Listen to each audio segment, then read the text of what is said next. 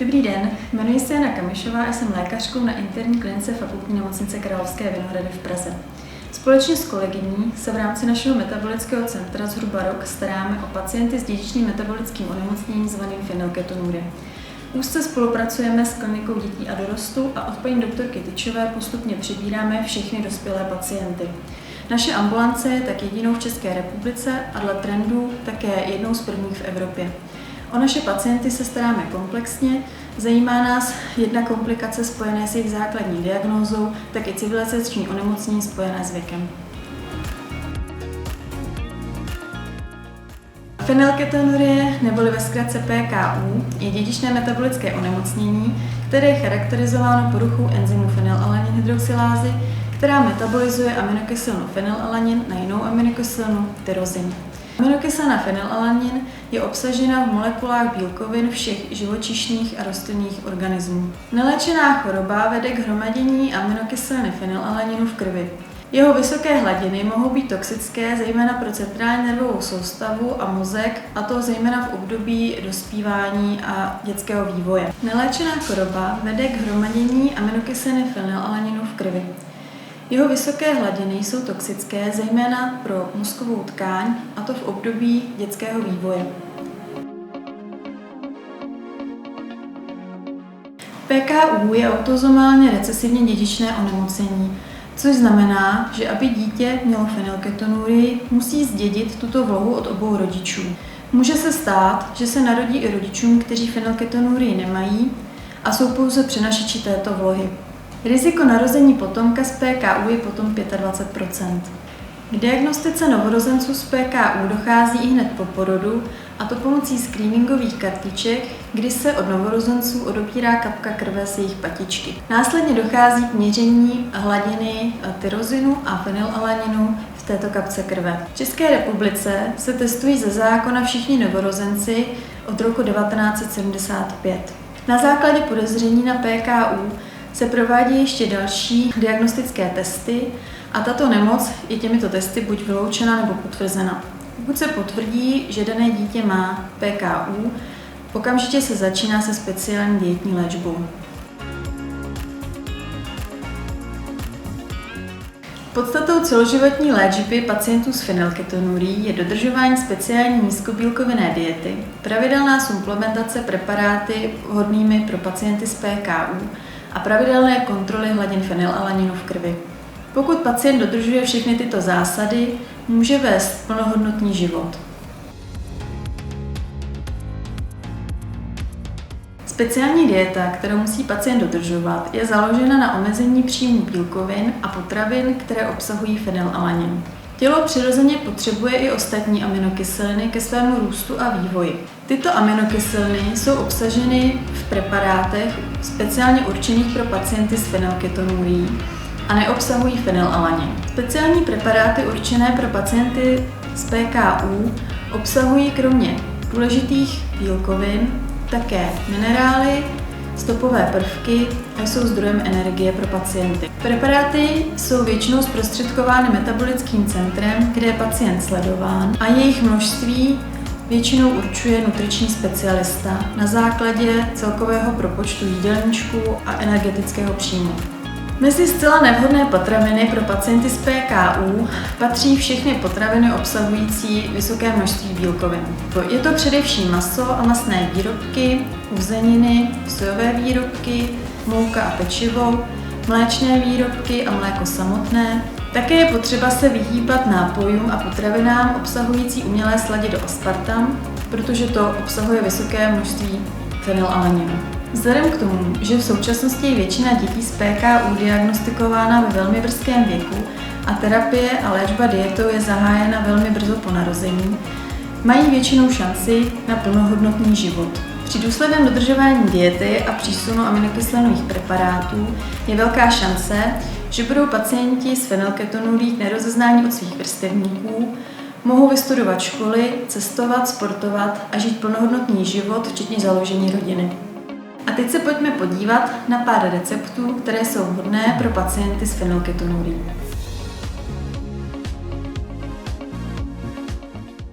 Vítám vás u nás v kuchyni. Moje jméno je Mária Maníková. Som nutričná terapeutka a venujem sa výžive pacientov s fenylketonúriou. Moje pôsobisko je na Slovensku v Košiciach. V rámci tohto nášho varenia vám chceme ukázať, že aj nízkobielkovná dieta môže byť chutná, pestrá. Tak som si pozvala dnes do kuchyne nášho spoločného pacienta, Mirka, vítam ťa u nás. Dobrý deň, prajem. Môžeš nám niečo povedať o sebe? Jasné. Tak mám 22 rokov, študujem na Vysokej škole masmediálnu komunikáciu, momentálne v bakalárskom ročníku, no a popri štúdiu pracujem v marketingu a tiež sa venujem rôznym dobrovoľným projektom a teda som rád, že tu dnes môžem byť a že si takto niečo môžeme spolu pripraviť, taký možno tradičný, klasický nedeľný obed.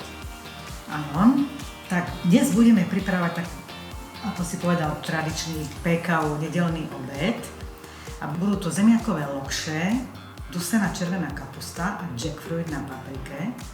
Možno je to taká modifikácia jedla vepšokmenového.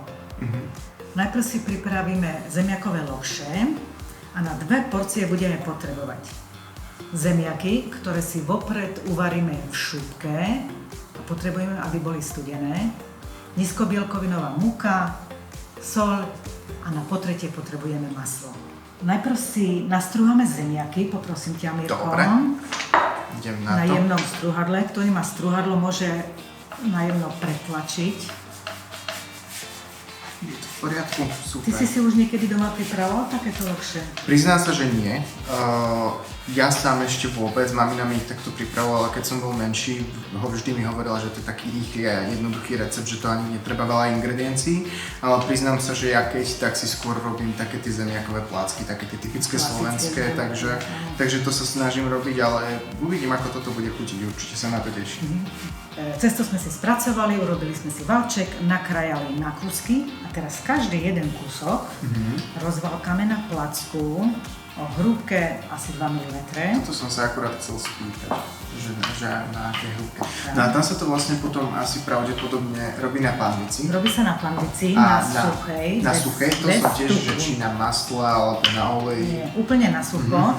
Potom až hotovú placku potrieme maslom. Jasné.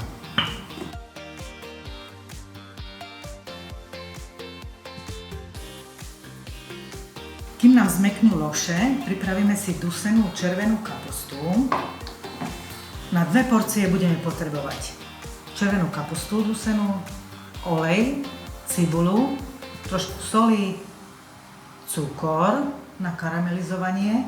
Ochutíme korením bobkový líst, čierne korenie rastca. Pridáme struhané jablčko a na záver dochutíme ešte octom. Ja by som sa chcel spýtať ohľadom tejto červenej kapusty, že či má vysoký obsah fenylalaninu napríklad pre malých pacientov s fenylketonúriou a či je vlastne už potom pre mňa ako dospelého, či môžem prijímať bez problémov takúto stravu. Kapusta úplne v pohode sa dá pripravovať a konzumovať aj vo väčšom množstve, pretože má málo. Na 100 gramov červená má 36, biela kapusta má 33. Pre českých pacientov kapusta sa povie zelí. Na panvicu si dáme olej, prosím ťa, Mirko, cibulu. Sa páči. Cibulu opražíme do sklovita a pridáme lyžicu cukru kryštálového, aby nám skaramelizoval. Dodá nám takú dobrú chuť tej kapuste. Cibulku máme skaramelizovanú. Teraz pridáme kapustu, poprosím ťa, Mirko. Jasne, môžem mať všetko. Tak, a rovno môžeme pridávať všetky koreniny. Dobre. Záradom. Takže dáme to len trošku, lebo sme už mali kapustu zasolenú. Dobre. Teraz dáme rastcu. To môžem asi aj celé. Nie, veľa. Trošku. Dobre. Veľa. Ešte viac. Dobre. A taktiež kypku čierneho korenia.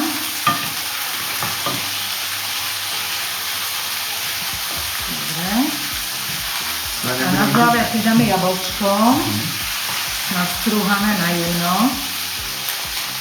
Toto je napríklad veľmi zaujímavé, lebo u nás doma sa robí červená kapusta nie s jablkom, s trúhami, ale u nás tým, že červenú kapustu doma jeme aj na Vianoce, na druhý sviatok Vianočný, tak my napríklad dávame odšťavený pomaranč do tejto červenej kapusty a trošku aj na struhanú pôdu. Má to celkom také čaro, tak tiež možno, ak by ste chceli, tak môžete pokojne skúsiť a do budúcna, ale som veľmi zvedavý na túto chuť jablka. Teraz necháme kapustu 20 minút podusiť. Na záver kapustu máme udusenú, dochutíme ju octom. Prípadne kto chce, môže si dať ešte aj cukor na osladenie. A máme hotovo. Na jackfruit si pripravíme marinádu, olej, trošku čierne korenie, červenú papriku, trochu soji a sojovú omáčku. Marinádu si môže každý pripraviť podľa svojej chuti, či má radšej pikantné alebo menej pikantné.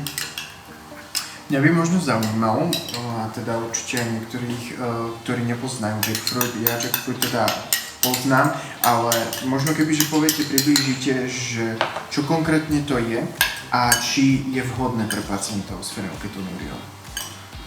Jackfruit je rastlina na hľadanie. Môžeme povedať, že je to ovocie, ktoré rastie na stromoch, obrovských plodoch. Rastie niekde vo východnej Ázii alebo Brazílii. K nám sa dováža čerstvý veľmi zriedka, ale je dostať v konzerve alebo je dostať vakuovo zabalený. No a dá sa pripravovať na rôzne spôsoby. To znamená, že vlastne vieme ho už normálne v obchodoch zohnať a kúpiť si aj na Slovensku aj v Česku. Áno, čerstvý málo, len sem tam z nejakých azijských priestoroch, ale konzerve určite dostaneme kúpiť, alebo vakuovo zabalený, špeciálny obchod. Pokračujeme v našom ďalšom varení, to je jackfruit na paprike. Na 2 porcie budeme potrebovať jackfruit, čerstvú zeleninovú papriku, olej, cibuľu, soľ. Jackfruit si dopredu naložíme do marinády. Teraz si pripravíme jackfruit. Na oleji opražíme cibuľu. Poprosím ťa, Mirko, zapneš mi. Do hrnca sme si dali olivový olej, cibuľku nakrájanú na drobno a opražíme si to do polita. Keď bude cibuľka opražená, pridáme naložený jackfruit. Mňa by teraz zaujímalo, čo sa týka toho jackfruitu, že ako ho vieme ináč pripraviť. Že či ho napríklad vieme pripraviť aj na grille, ako náhradu nejakého mesa, pri grilovačke, alebo napríklad bez problémov v prúre. Jackfruit má veľmi široké využitie. Nezrelý jackfruit sa môže využívať ako napríklad ako zelenina grillovaná. Zrelý, veľmi dobrá varianta je na sladko, ako napríklad ovocná kaša nejaká, alebo sorbet ovocný, alebo nejaké ovocné šaláty. Ale väčšinou sa u nás pripravuje tá varianta ako rastlinné mäso, ale jackfruit môže sa variť, môže sa dusiť, dokonca vyprážať sa môže sa dokonca aj grilovať. Veľmi dobre chutí ako natrhané mäso v žemli, takže je na výber. Teraz pridáme naložený jackfruit. Rovno pridáme papriku, poprosím ťa.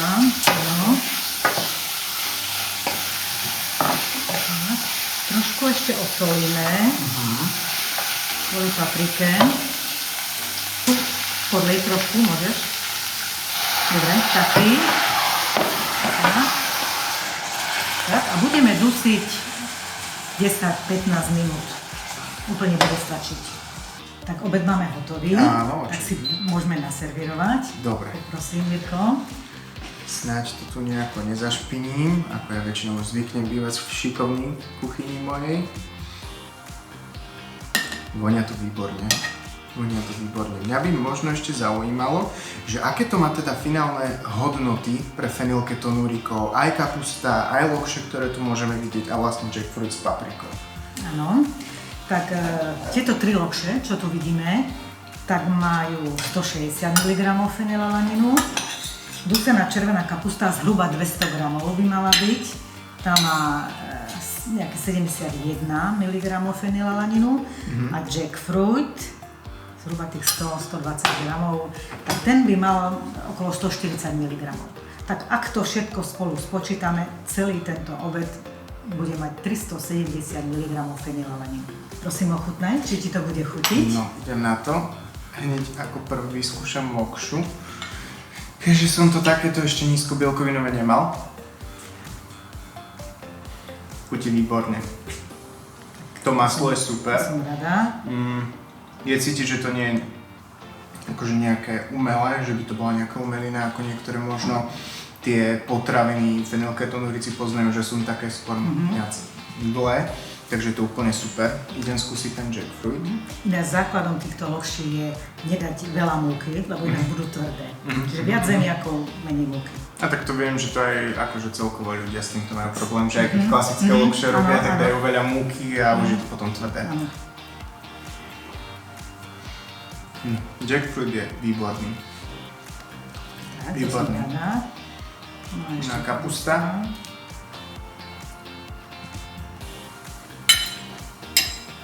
Dokonalá. Meká, sladunka, jablko urobilo skvelú chuť, takže myslím si, že by sme mali 10 z 10, že by sme v súťaži nejakej vyhrali. Ramsay by bol na nás hrdý. Takže odviedli sme dobrú prácu. A dúfam, že ste inšpirovaní a že vám teda bude doma chutiť.